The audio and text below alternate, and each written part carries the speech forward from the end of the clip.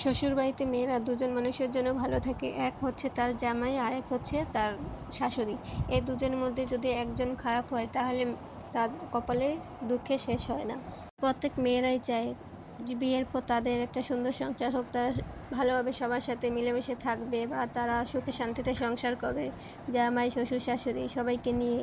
কিন্তু তাদের মধ্যে যদি শ্বশুরবাড়ির কেউ যদি একটু খারাপ হয়ে যায়, যেমন তার শাশুড়ি আর হচ্ছে জামাই, তাহলে তো সেই মেয়ের কোনো পাত্তাই নেই ওই বাড়িতে। কারণ ওই মেয়েটা চাই সবসময় সে সুখে থাকতে। বাবার বাড়ি যেরকম রাজধানীর মতো ছিল, সে চায় শ্বশুরবাড়িতে তেমন থাকুক, সবার মাথায় তাজ হয়ে থাকুক। কিন্তু তো এমন অনেক পরিবার আছে যা পুতের বউকে তারা চাকরানির মতো রাখে। তারা মনে করে না যে সে একজন মানুষ, সে অন্যের ঘর থেকে আইছে, আমি অন্যের ঘর থেকে আইছি। কিন্তু এটা অনেকে মনে করে না। তারা মনে করে যে সে আইছে এখানে কাজ করবে, এটাই এটাই তাদের অনেকের আসল উদ্দেশ্য। যে পরের মেয়ে তো কখনো আপন হয় না।